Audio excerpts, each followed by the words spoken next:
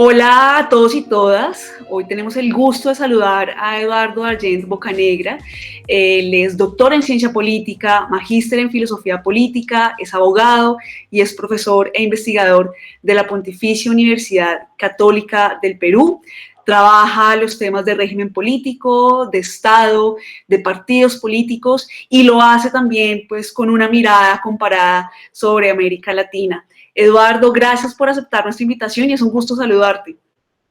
No, muchísimas gracias por invitarme. Es un gusto estar en el IEP, una institución que conozco y admiro de hace mucho tiempo, así es que a su disposición para lo que pueda ayudarlos.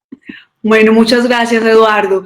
Antes de, digamos, de entrar en materia, yo quiero mencionar unos aspectos muy generales sobre el panorama político en el Perú. El 11 de abril de este año, ya en poco menos de 2 meses, están convocadas las elecciones generales para elegir a presidente y elegir a congresistas para un periodo 2021-2026. Hay 17 fórmulas presidenciales y de estas 10 opcionadas para pasar a una segunda vuelta. Hay 2 candidatos que llevan como punteando la intención de voto. Por una parte está George Forsyth, del partido Victoria Nacional, seguido por Johnny Lescano, de Acción Popular. Sin embargo, también lo que uno encuentra es que menos de un 20% del electorado ha decidido su voto. Este panorama electoral está marcado por una crisis política que se vio en el Perú con la destitución de Martín Vizcarra el año pasado. También ha estado marcado o está marcado por el clima de movilización social y por la crisis sanitaria y económica desatada por la pandemia. Quiero aquí recordar que Vizcarra fue destituido por el Congreso por incapacidad moral, por un asunto de tráfico de influencias, y su reemplazo, Manuel Merino, solo estuvo en el cargo por 5 días. Y esto lo que nos muestra es una gran tensión que existe entre el Ejecutivo y el Legislativo, que incluso viene de tiempo atrás con la presidencia de Kuczynski, quien recibió 2 mociones de destitución presidencial y que, pues en efecto, renunció a la presidencia en su momento. Y esta tensión entre el Ejecutivo y el Legislativo, que espero podamos conversar sobre ella también, es una de las principales causas de la inestabilidad política en el Perú. Y esto, sumado a qué? Sumado a la gestión que el gobierno peruano ha hecho de la pandemia. Perú, desafortunadamente, es uno de los países en América Latina más afectados por la COVID-19. Las cifras pues son también preocupantes.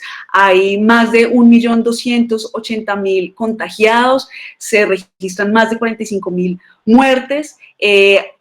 Una segunda ola se ha visto caracterizada por la falta de oxígeno y pues hace pocos días se desató este escándalo de las vacunas Gate, que no solo muestra la corrupción en las altas esferas políticas, sino que también muestra que las áreas de investigación, de la medicina, de la ciencia, pues están permeadas por la corrupción, como tú también lo señales en una columna que escribiste para el diario El Comercio. Y a esto también se suma una crisis migratoria en la frontera con el Brasil, en donde hay alrededor de 400 migrantes, en su mayoría haitianos, que están huyendo de la variante brasileña de la COVID, del desempleo y del dengue, y que esperan poder atravesar Perú para llegar al Ecuador. Y quiero que comencemos, Eduardo, con este tema de la gestión de la pandemia. ¿Cómo podrías tú calificar la gestión que ha hecho el gobierno peruano de la pandemia? Si puedes mencionar qué ha hecho bien, si puedes mencionar qué ha hecho mal, teniendo en cuenta pues todo lo que ha sucedido en este largo año de pandemia en todo el mundo. Bien, bueno, primero, felicitarte por el resumen porque además de depresivo es muy completo. Es un buen resumen de lo que nos ha pasado no solamente en este año, sino en los últimos 5, ¿no? Creo que has marcado bien esa tensión ejecutivo-legislativo que con las mismas herramientas constitucionales que ya existían antes, sin embargo, al tener una mayoría grande en el 2016, la mayoría fujimorista dio lugar a una dinámica terrible de confrontación que hoy por hoy, con un Congreso ya sin mayoría, sino fragmentado, se sigue manteniendo, ¿no? Entonces, Creo que ese es el trasfondo de los 5 años. Y el trasfondo trágico es el de la pandemia y el de la gestión de la pandemia. Eh, es un poco difícil evaluar si se hizo bien, qué se hizo mal, porque cuando esto comienza, Perú se vio como que hacía las cosas bien, que fue decretar una cuarentena rápida. Me acuerdo que en ese momento a Colombia se le criticaba por la demora, por la dificultad. Es un virus que estamos aprendiendo a conocer. De alguna manera en Perú prendió, hay que buscar las causas profundas por las que prendió, y en Colombia, en otros lugares, prendió por ratos y por momentos, ¿no? Pero fue diferente. Al inicio uno miraba la foto y diría, Perú qué bien, qué mal Colombia. Un mes y medio después, ustedes tenían la mitad de muertos que nosotros, ¿no? A pesar de las medidas tomadas desde el inicio. Entonces creo que hay varias cosas por aprender y ver, porque son procesos complejos, ¿no? Es un poco arrogante tal vez de mi parte decirte, esto pasó, esto pasó. Pero igual, pues, para eso estoy en la entrevista, así que me atrevo a soltar algunas ideas. Me parece que la estrategia de confinamiento drástica que hace Perú, muy fuerte al inicio, encontró ciertos límites estructurales, ¿no? Es un país que, para comenzar, nos enfocamos mucho al reconocer que no teníamos camas UCI, porque se tenía la idea que eso era esencial, pues, para combatir la pandemia. Colombia, por el contrario, en ese momento yo no sé si es por la guerra que tuvieron o que tienen, la violencia, no sé qué es, pero tenían un montón de camas UCI. En cambio, Perú tenía poquitísimas, pero a niveles así de... No, era una vergüenza como país de ingreso medio.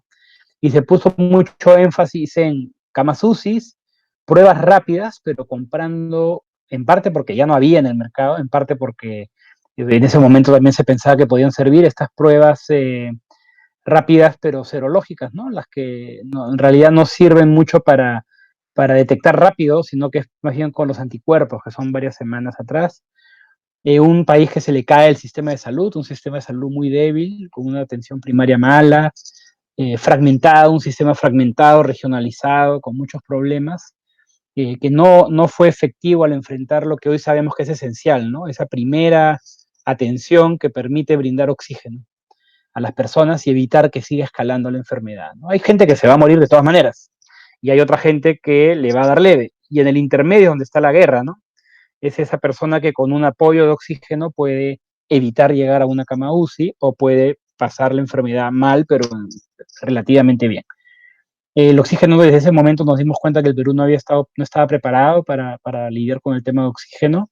Los equipos que existían en hospitales estaban descuidados, un sistema de salud muy descuidado. Había habido una cosa extraña, una regla hace años que puso el nivel de oxígeno medicinal en 99%, restringiendo la oferta de oxígeno solamente a 2 compañías que podían venderlo a ese nivel, porque es de alta calidad, y más bien limitando el ingreso al mercado de otros sistemas de oxígeno más simples. La regla internacional era 93%, ¿no? Adaptar todo eso tomó tiempo, entonces hay un problema del sistema de salud. Otro problema grande, creo yo, tiene que ver con, y disculpa, me pongo un poco en el largo plazo, ¿no? Pero tiene que ver, creo yo, con lo que es el derrumbe de lo público en los años 80 en el Perú, con la crisis económica, la crisis de la hiperinflación, que se derrumba el Estado, se derrumba muchos sistemas de salud, educación, se pauperizan, y luego tenemos unas reformas de mercado que apuestan mucho por sistemas privados para solucionar algunos de estos problemas de salud, educación, y se mezcla el peor de los dos mundos, ¿no? Una poca atención de esas reformas de mercado hacia lo público, se apuesta mucho hacia lo privado. Esa ya es otra conversación que podemos tener en cualquier otro momento, pero teniendo problemas en darle atención a ciertos aspectos públicos, ¿no? Alguien me podría decir, es muy injusto echarle la culpa al neoliberalismo de la caída del sistema de salud. Yo creo que es correcto. El sistema de salud en Perú venía mal desde antes, ¿no? O sea, no estoy diciendo que eso es. Pero de hecho sí hay un tema en que se descuida mucho lo público, ¿no? Lo público en el Perú. Se dejan de lado cosas como la planificación urbana, que necesita, pues en Colombia tienen ustedes mucha mejor planificación, en la que puede tener el Perú. Se deja de lado temas también con la privatización del transporte público, se vuelve el transporte público muy fragmentado, lleno de pequeñas unidades. Entonces, en esa sociedad aterriza la pandemia, ¿no? Un mal sistema de salud, que no se le ha dado atención en mucho tiempo, un sistema de transporte muy fragmentado, terrible, poco adecuado para hacer lo que se ha hecho en otros países, de tener espacio en los transportes, un sistema, por ejemplo, urbano en el cual no había una planificación de mercados ni de ordenada ¿no? de suministros, una población enorme, informal, de nuevo, eso es un legado antiguo del Estado desarrollista peruano fallido, pero también de las reformas de mercado. Ninguno ha logrado enfrentar la informalidad, una informalidad muy alta, que eso ha dado lugar a mucha dificultad de llegar a la población vulnerable para repartir los bonos, para repartir ese tipo de ayudas. Ha sido malísimo el sistema, ha llevado incluso, al inicio te decían, a más contagio, porque tenías que llevar a la gente al banco a hacer cola, ¿no? Y finalmente un detalle que no es menor es, creo que también los sistemas sociales de protección social que han existido, que son muy focalizados, a diferencia de otros países de América Latina, no han tenido un desarrollo para pobreza urbana igual. Esto lo están trabajando algunas colegas, una alumna haciendo su tesis sobre eso, y que es muy interesante, ¿no? En Perú se apostó más por la focalización rural con esta idea de los programas de transferencias condicionadas, cuando en realidad en otros países, incluso algunos más pobres que el Perú, la focalización de pobreza urbana ha facilitado la entrega de bonos y otras cosas, ¿no? Entonces, como que se alinearon un montón de condiciones para que la cuarentena fuera ineficiente, la gente tenga que salir a trabajar, y eso dio lugar, creo, a esta situación en la cual la cuarentena no detuvo, o sea, por supuesto que detuvo, se han salvado vidas, ¿no? Porque se volvió más lento, pero sí la curva subió, ¿no?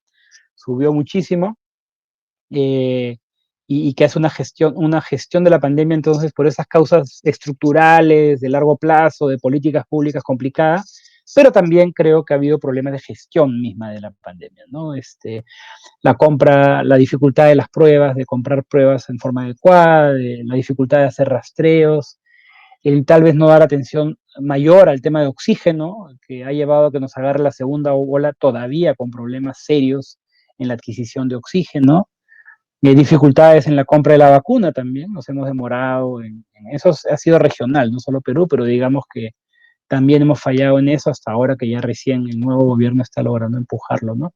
Entonces yo diría que frente a un gobierno peruano que se vio como actuando bien y al inicio de la pandemia, y mucho lo dijimos, ¿no? Mira qué bien, se ha actuado rápido, se ha cerrado, ¿no?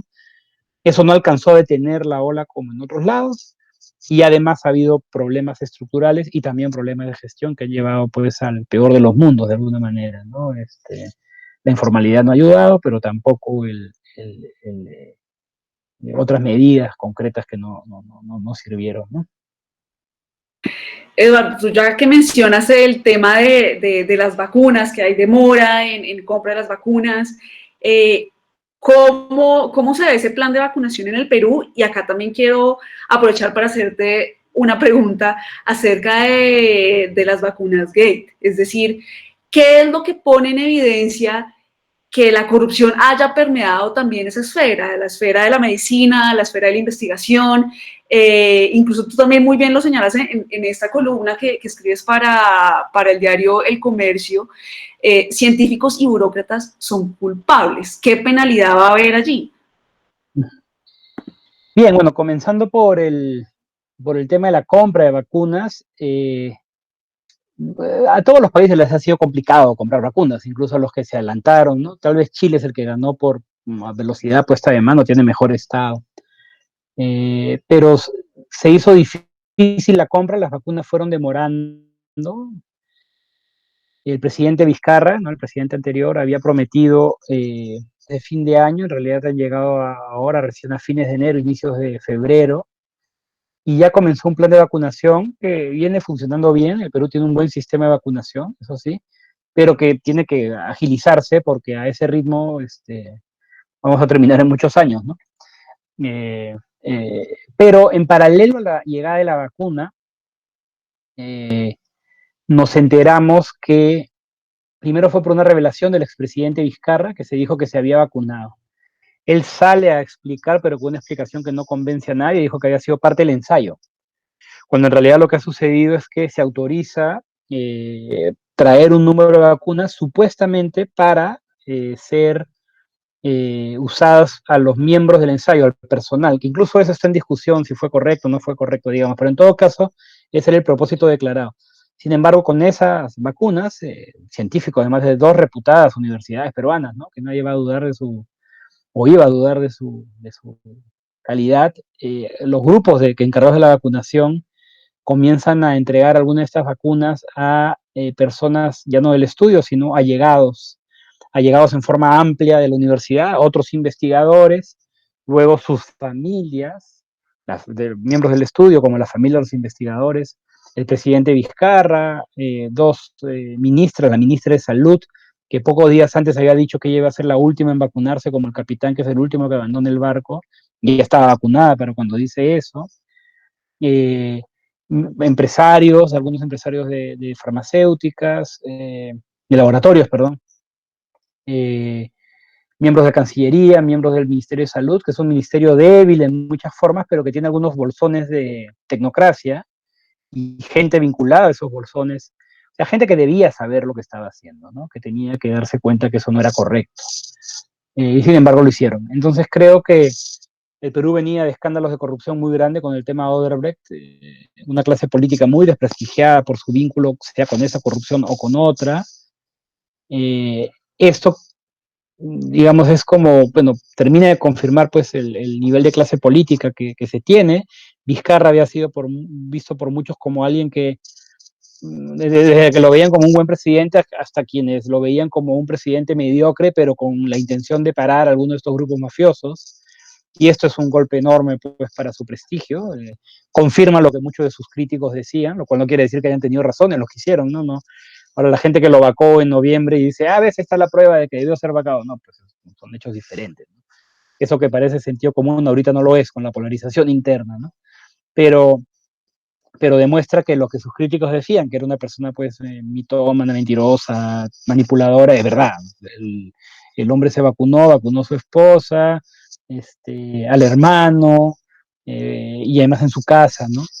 Y entonces un secreto fueron como 300 creo vacunados, la mayoría pues miembros del estudio, pero igual un grupo grande, fue un secreto que se mantuvo durante meses, hasta que ya un periodista en un trabajo que tiene sobre Vizcarra saca la noticia y ya luego rueda, ¿no? El actual presidente llama a su ministra de Salud y en algún momento ella renuncia por supuestamente unas críticas del Congreso que le habían llevado a preguntarle por la vacuna de Vizcarra, ¿no? Y en ese contexto que ella renuncia y el presidente está molesto porque han hecho renunciar a su ministra, salta que se había vacunado medio Lima, ¿no? Y lobistas también, hay una serie de personas que se han... También pareciera que hay, porque también le ha caído a todo el mundo por igual, hay unos chicos que han trabajado en el estudio que le dijeron que la vacuna era normal y se vacunaron, digamos, no lo pensaron tanto, o en todo caso son más jóvenes, ¿no? Hay que tratarlos creo de forma diferente, y las enfermeras del estudio también que sabrán pues que si le dicen que es parte de su protección, yo creo que tampoco hay que decir que son tantos, 400 traidores, ¿no? No hay que tomarlo con calma, pero sí hay gente pues que ha terminado de dañar lo que ya era una confianza muy dañada en las instituciones, en la clase política y en el Estado, y ahora pues las burocracias de mayor nivel, la Cancillería sobre todo, pues que tiene un largo prestigio de ser una burocracia profesional en el Perú, y centros de investigación muy reputados han terminado pues mostrando que son patrimonialistas, tan patrimonialistas como algunos, los políticos mismos, ¿no? Que criticaban, ¿no? Eduardo, y bueno, teniendo en cuenta lo que nos has comentado sobre la gestión de la pandemia, este escándalo con las vacunas, la desconfianza que existe hacia una clase política pues permeada por la corrupción y demás, ¿cómo afecta todo esto el clima electoral y cómo podría afectar las elecciones que se van a llevar a cabo en abril? Bueno, se están llegando a unas elecciones con muy poco interés, ¿no? Hoy por hoy el que va primero tiene 11% y el que va decimosegundo tiene 2%. Entonces, entre el primero y el número 12 o 13 hay 10 puntos de diferencia, ¿no? Es de locos. Entonces, claro, sí está subiendo ahora un candidato que parece más un populista como de centro, pero pues está en 8%, 9% todavía. Lo que es grave es que no es que uno vea que diga, mira, hay este par de candidatos que en cualquier momento pueden prender y crecer, sino que probablemente crezcan un poco también a estar ahí y podamos tener de repente una segunda vuelta con candidatos con voto muy bajo. Y eso puede llegar a un Congreso nuevamente fragmentado, a un presidente en minoría y que muchas de estas dinámicas que hemos visto en el último lustro se mantengan, ¿no? Eh, no hay, no hay, por así decirlo, candidatos que estén generando emoción. De repente al final alguno logra concentrar votos, ¿no? Eso puede darse, pero creo que no hay que olvidar que durante meses han sido vistos con mucha desconfianza, con mucho... La gente está más preocupada por la pandemia, por la economía, que por las elecciones. Probablemente eso haga marzo un mes bien difícil, ¿no? Porque va a haber que tomar decisiones rápidamente sobre el voto del 11 de abril y eso va a tener que hacerse en marzo, ¿no? Entonces probablemente hacia la quincena de marzo este país sea una locura, con algunos candidatos comenzando a concentrar votos, y al no haber pues partidos fuertes ni electores con vínculos fuertes, vas a ver bastante voto estratégico, ¿no? Movimiento de buscar quién es el menos malo frente a los que hay. Entonces no te sorprenda pues un marzo bien movido en términos políticos. Y podría darse la situación de tener una segunda vuelta de dos extremos ideológicos, ¿no? Personas más a la izquierda y personas más a la derecha. Eh, la división, creo yo, frente a todas las protestas de noviembre, los temas que hubo de corrupción, ciudadanía, me parece que hoy por hoy en la cancha lo que está jugando mucho es cómo te paras frente al modelo económico todavía, ¿no? Keiko Fujimori es una de las también que está arriba, pero con 8%, con una defensa del modelo y criticando a la izquierda. Esta es una carrera muy macartista, digamos así, ¿no? Economía sólida y izquierda malvada, que viene por el lado de la izquierda hay un partido que se está situando en la izquierda, que quiere levantar esa idea de cambio, tiene un eslogan que es vamos a cambiarlo todo, ¿no? Personalmente ese eslogan, si bien es creativo para la campaña, asusta, ¿no? Porque vamos a decir, con todo lo que se está derrumbando, que algo tiene que quedar. Pero bueno, es una persona que, Verónica Mendoza, que va tercera, cuarta, probablemente también crezca un poco más, pero a ella le ha salido un competidor que es una cosa medio amorfa, ¿no? Que es una suerte populista vinculado al partido de Merino, el que hizo el golpe, y que muchos politólogos, incluido yo, pensamos, pues ese partido que eso va a ser enterrado, pero ese partido terminó eligiendo al que era el opositor de Merino, ¿no? O el grupo de Merino en el partido, que es un señor más tirado a la izquierda en términos económicos, pero más a la derecha en términos morales, en temas de aborto. Entonces es una combinación rara para las disputas de élites que se dan en el Perú, que es una especie de contraposición entre progresistas y conservadores, y se sacan la mugre en Twitter. Este señor llega y es conservador para los, en temas, en muchos temas morales, ¿no? Y al mismo tiempo defiende pues mayor regulación, control de precios, una serie de medidas que van más hacia la izquierda en términos económicos, ¿no? Entonces, se ha ubicado en el mejor de los mundos, que es Johnny Lescano, de Acción Popular, y eh, hasta ahora ha estado creciendo, pero de nuevo, no es un crecimiento astronómico, ni fuerte, ni nada, sino que es más bien lento, ¿no? Me imagino que ahora en marzo comenzaremos a ver que algunos de estos concentran voto, de repente alguno nuevo.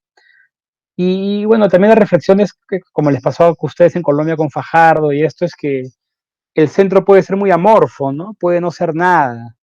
Entonces, te diría que hay una... Es bien difícil decir eso porque no es un centro, son centros, digamos, ¿no? Hay gente que se ubica, no soy tan de izquierda, no soy tan de derecha, pero ¿qué soy? Puede variar bastante, puedo ser más conservador en términos morales, más de izquierda. Entonces, ese centro amorfo está siendo ocupado un poco por este señor Lescano, me parece, pero los otros candidatos que estarían más parados ahí en ese centro derecha no están despertando ninguna emoción y más bien están tan fragmentados que un escenario probable es que al final ninguno de esos centros crezca, ¿no?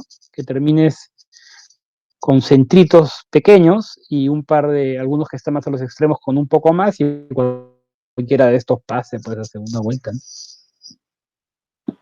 Eduardo, quiero que finalicemos con una pregunta acerca del clima social, qué pasará con este clima de movilización social que vimos a finales del año pasado y sobre todo qué pasará con esta generación del Bicentenario, con estos jóvenes que salieron a la calle a marchar?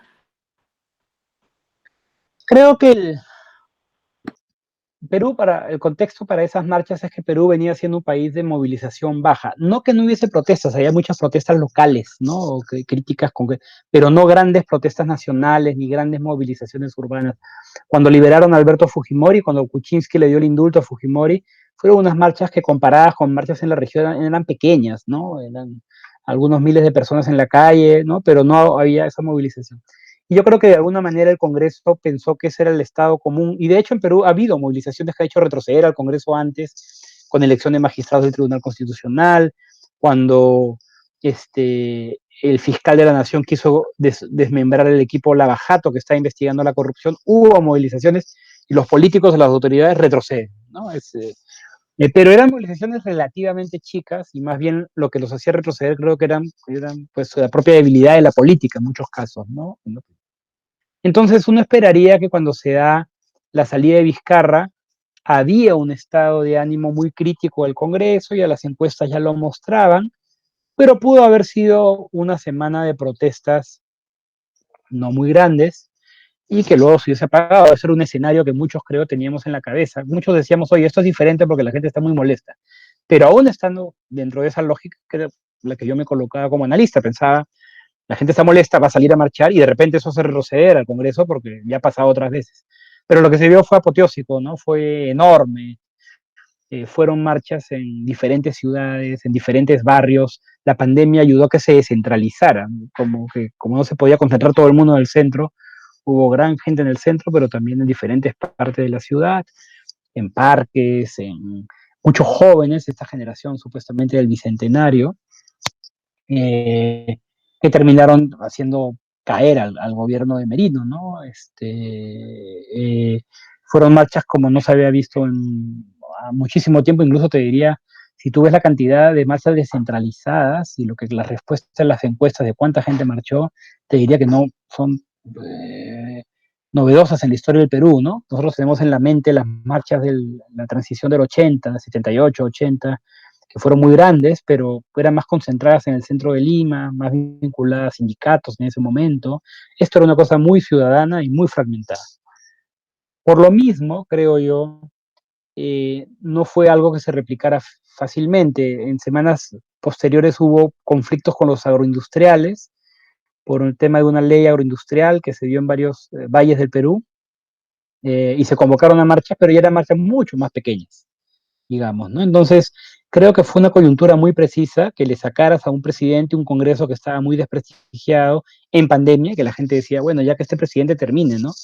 Y en ese momento yo creo que la mayoría no defendía a Vizcarra, defendía más bien la idea de que no podía ser ese gobierno que se había formado, ¿no? Un gobierno de un Congreso desprestigiado y que además nombró los grupos que vendrían a ser algo así como una derecha más dura, ¿no?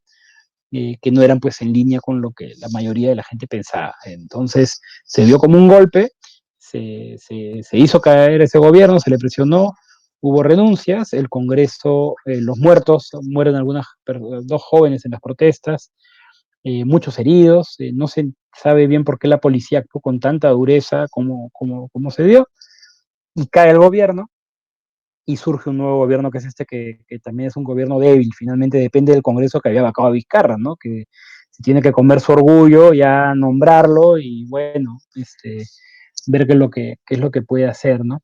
Pero entonces creo que las protestas grandes de noviembre, sin negar la enorme importancia que tienen para demostrar que bajo ciertas condiciones la gente sí sale, ¿no? O sea, que hay más politización de la que uno cree, que es también otra de las lecciones, que hay un grupo de jóvenes que está dispuesto a que ciertas cosas ya no puedan pasar.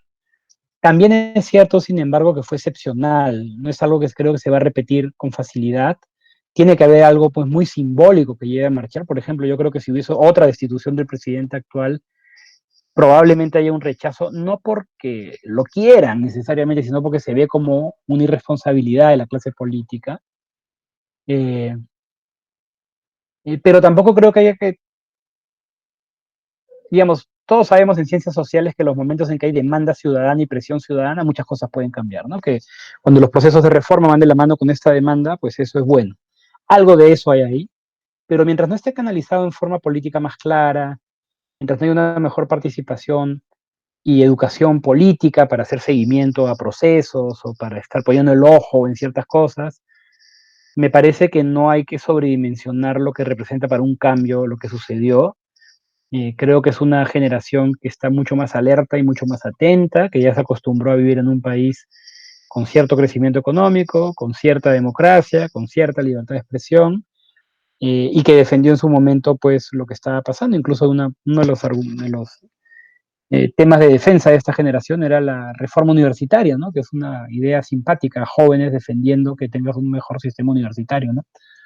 Pero creo que también tiene un límite como mecanismo de articulación, de demanda de mejores políticas públicas, porque todavía es un grupo no organizado y que todavía no tiene ningún correlato con los partidos políticos, ¿no? O sea, o si tú me hubieses preguntado a quién les iría bien en la elección después de lo de noviembre, yo hubiese pensado, los grupos que se opusieron a la, a la, al golpe, ¿no?